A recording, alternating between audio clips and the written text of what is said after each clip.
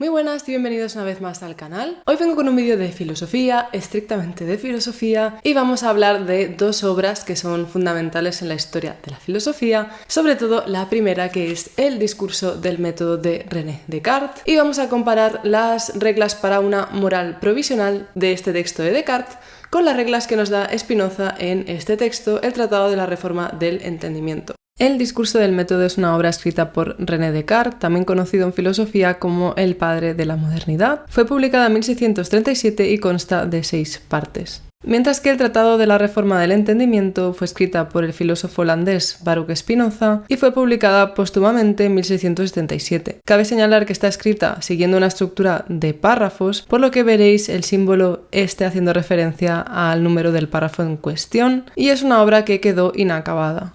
Es muy conocida y se habla muchísimo de la moral provisional de René Descartes.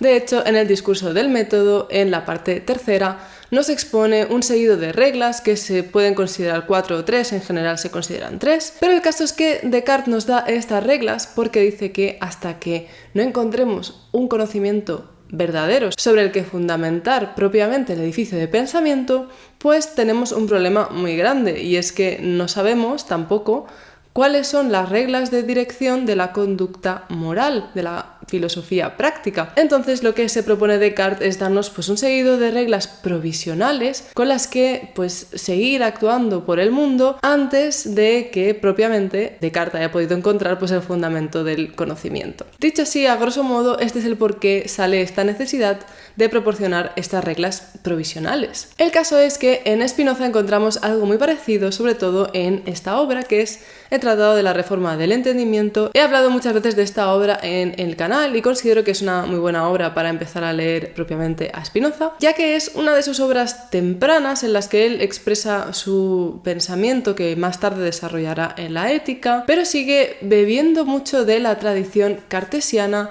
y sobre todo de esta obra. Son dos obras en las que los dos autores pretenden proporcionar un método, aunque con finalidades bastante diferentes. El caso es que a Spinoza también le sucede parecido, y lo que él se propone es darnos un método para la reforma del entendimiento. No tanto para encontrar el conocimiento verdadero, como es el caso de René Descartes, sino que lo que pretende Spinoza es que cambiemos un poco nuestra forma de pensar para obtener la verdad. Es decir, creo que se entiende mejor con el propio título.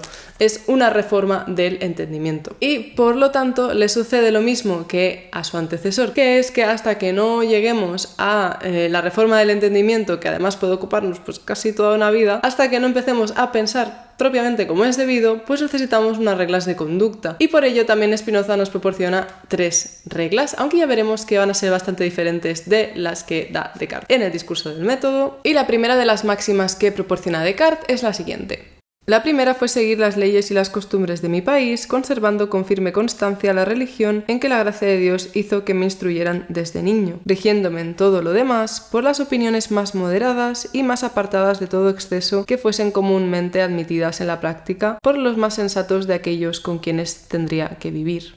Y esta es una máxima que obedece más a lo que sería un sentido común de vivir conforme la sociedad en la que estás y las leyes que la rigen, así como la religión en la que has sido instruido. Esta es una regla de adecuación en la que lo que nos propone Descartes es seguir ya quizás las leyes y costumbres de la época, la moral de nuestra sociedad, y así difícilmente vayamos a representar un agravio muy grande para esta, incluso para nosotros. Mi segunda máxima fue la de ser en mis acciones lo más firme y resuelto que pudiera y seguir tan constante en las más dudosas opiniones una vez determinado a ellos como si fuesen segurísimas. Esta es una de las reglas quizás un tanto más alejada del sentido común. A mí en particular me hace bastante gracia, me parece muy curiosa, porque lo que pretende Descartes es decirnos que si no estamos seguros de nada, lo mejor que podemos hacer es que una vez hemos tomado una decisión, seguir con esa decisión hasta el final, porque si nos apartamos de la decisión que hemos tomado vamos a empezar a dar vueltas. Estas reglas, sobre todo la segunda, se explican muy bien con la analogía de la isla desierta.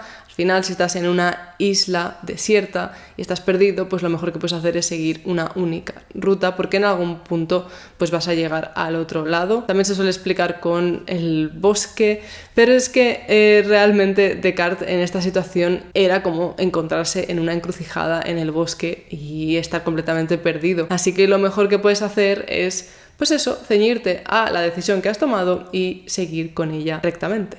Mi tercera máxima fue procurar siempre vencerme a mí mismo antes que a la fortuna y alterar mis deseos antes que el orden del mundo, y generalmente acostumbrarme a creer que nada hay que esté enteramente en nuestro poder, sino nuestros propios pensamientos. Esta es una máxima de corte estoico. Al final lo que nos está diciendo Descartes es que lo que tenemos más accesible para cambiar no es nuestro entorno, sino nuestros propios pensamientos. Así que en lugar de querer que el entorno se adapte a nosotros o a nuestros deseos, pues lo mejor es modificar pues nuestros pensamientos y nuestros deseos. Pero ahora bien, comparemos estas reglas con las 3 que da Spinoza, porque vamos a ver que son muy distintas. Y la primera de ellas es hablar según la capacidad de la gente común y hacer todo aquello que nada impide que alcancemos nuestro fin. Vemos que va a cobrar mucha importancia la expresión esta de nuestro fin, porque al final de lo que no va a prescindir Spinoza es de alcanzar este fin, por lo que vemos que hay una serie de jerarquía de prioridades. Hablar según la capacidad de la gente común, pero sobre todo hacer todo aquello pues que no nos impide alcanzar nuestro fin. Vemos que aquí pues hay esta subordinación. Del placer gozar lo suficiente como para conservar la salud. Esta es una máxima que, más que a un estoicismo, nos remite más claramente a un epicureísmo, porque los epicúreos predicaban esto, la moderación de los placeres. Sí que es verdad que los estoicos pues, son una escuela muy amplia y hay mucha diversidad de opinión, pero yo creo que en general esta máxima es más de corte epicúreo que no tanto estoico. Por último, buscar el dinero o cualquier otra cosa tanto cuanto basta para la vida y para conservar la salud, como también para imitar las costumbres sociales que no se oponen a nuestro fin.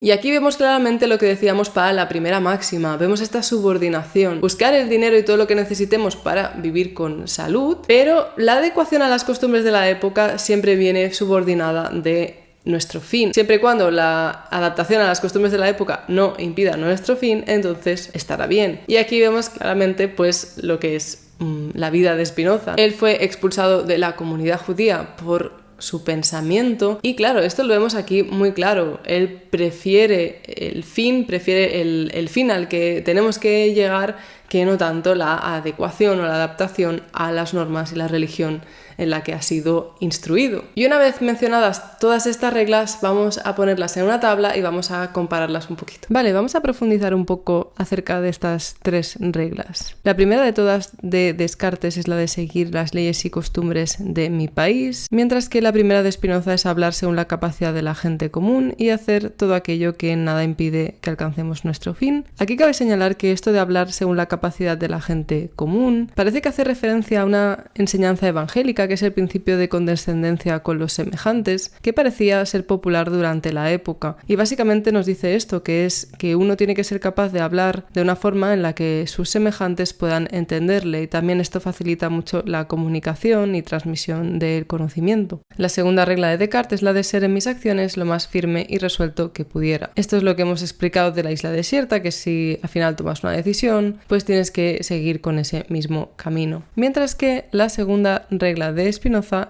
es del placer gozar lo suficiente como para conservar la salud. Ya vemos que aquí hay una diferencia radical.